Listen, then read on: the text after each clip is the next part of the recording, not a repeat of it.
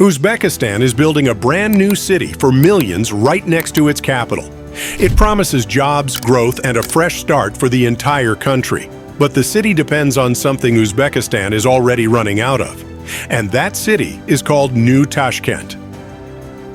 Imagine announcing a capital-scale city, not in an empty desert or on a distant coastline, but right beside an existing capital, and planning it for more than 1 million people from the ground up. That is exactly what Uzbekistan is doing. Just east of Tashkent, a vast new metropolis called New Tashkent is taking shape. It is designed to work as a government hub, a financial center, and a modern city all at once. Officials describe it as a fresh start for the country, a chance to rethink how Uzbekistan works, lives, and competes. But behind this bold plan sits a critical question. Is this a smart leap forward for Central Asia, or a risky experiment that may struggle to match its scale? Please take a moment to subscribe and like the video. It really helps the channel. Uzbekistan sits at the center of Central Asia. It is bordered by Russia to the north, China to the east, and the Middle East beyond its southern and western edges. With a population nearing 37 million, it is the most populous country in the region. For more than 1,500 years, this land played a key role in global trade through the Silk Road. Cities like Samarkand and Bukhara once connected east and west. But the modern era changed that path. Soviet rule reshaped cities and tightened economic control. After independence, years of isolation slowed growth and outside investment. Uzbekistan kept its history, but fell behind the global economy. That began to change in 2016. A new president came to power and moved quickly. The national currency was opened up, trade barriers were lowered, and foreign investors were invited back. Within a few years, annual foreign investment passed $4 billion. Uzbekistan started presenting itself as open, stable, and ready to grow. Still, policy changes alone were not enough. Leaders needed something physical and visible to show that the country was moving in a new direction. That pressure was easiest to see in Tashkent. Since the early 1990s, the city's population density has nearly doubled. Each year, tens of thousands of new homes are needed, along with new schools, hospitals, and public services just to keep up. Roads built decades ago struggle with traffic. Green spaces have slowly disappeared.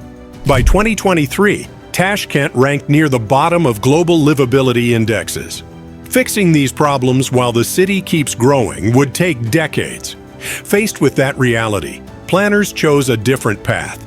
Instead of rebuilding the old capital, they decided to build a new one next to it. That idea became New Tashkent. It is not an extension of the old city, but a parallel one. The plan is for both cities to operate together, sharing transport, jobs, and services. New Tashkent is meant to handle future growth, attract international investment, and host major institutions. The project is overseen directly at the highest level of government, allowing decisions to move faster than in traditional city planning. This is not slow expansion, it is a full-scale rethink. New Tashkent is being built about 20 kilometers east of today's city. It covers roughly 25,000 hectares, making it about 1/3 the size of Singapore. Tashkent is home to around 3 million people. New Tashkent is planned for up to 2.5 million more. Together, the wider urban region could grow beyond 7 million residents within 20 years, making it one of Central Asia's largest metropolitan areas. At the heart of the plan is the 15-minute city idea. Neighborhoods are grouped into compact districts called super mahallas. In these areas, schools, clinics, shops, parks, and public services are all close enough to reach on foot. Streets inside the districts favor pedestrians and cyclists, while car traffic is pushed to the edges. The goal is shorter commutes, less congestion, and a calmer daily rhythm. For residents, this means daily life is meant to happen locally, not across the entire city. Instead of strict grids or circular roads, planners chose a mixed layout. A clear grid keeps movement simple and predictable. Diagonal routes cut across it to shorten travel time and reduce pressure on main roads. This design draws lessons from cities like Barcelona and Washington, D.C. It aims to stay easy to navigate, even as the city grows to millions of people. What sets New Tashkent apart is what lies beneath the surface. The city is being built alongside a full digital twin. Every building, road, and utility system is modeled in real time. This allows planners to track traffic, energy use, water flow, and infrastructure stress as the city develops. Unlike older planning tools, this system is designed to adjust continuously. Similar approaches already help manage flooding and resources in cities like Singapore. Nearly 1/4 of New Tashkent is reserved for public green space. Parks are linked by a network of canals that serve multiple purposes. They help manage heat, provide recreation, and support infrastructure. Energy planning follows the same joined-up approach. Solar plants are expected to produce around 400 megawatts. Hydropower adds another 1,200 megawatts. Cotton waste from agriculture is used to generate electricity, heating, and cooling. The stated aim is to run the city entirely on renewable energy. Like many large cities, New Tashkent uses landmark buildings to signal ambition. The Twin City Towers are planned to reach 575 meters, placing them among the tallest buildings in the world. Zaha Hadid Architects is designing the Alisher Navoy Center, which blends modern forms with local brickwork and passive cooling inspired by Silk Road architecture. A large water park and resort complex adds tourism, while also serving residents who will live and work nearby. The construction effort is enormous. Private investment targets exceed $120 billion.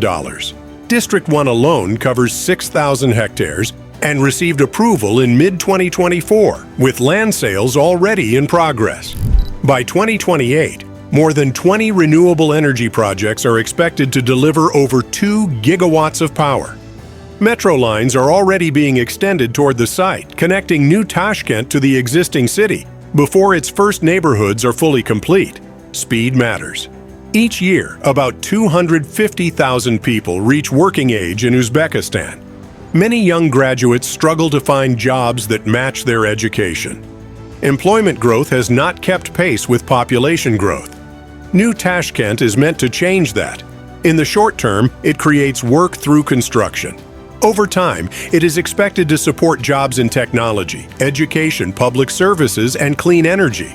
For many young residents, this city is being sold as a place where long-term opportunity finally matches population growth. One risk stands above all others: water. Uzbekistan is among the world's most water-stressed countries. It depends heavily on agriculture and river systems that cross national borders. By 2030, water shortages could reach 15 billion cubic meters. That is roughly equal to 9 years of New York City's water use. Building a canal-based city under these conditions is a bold move. If water systems fail, the entire vision comes under pressure. New Tashkent is one of the most ambitious urban projects of the 21st century. It could lift Uzbekistan's global standing and offer a new model for future cities. Or it could reveal the limits of planning at megacity scale. Whether this $30 billion vision becomes a success or a warning is a story that is still unfolding. Thanks for watching Unthinkable Build. We'll see you in the next one.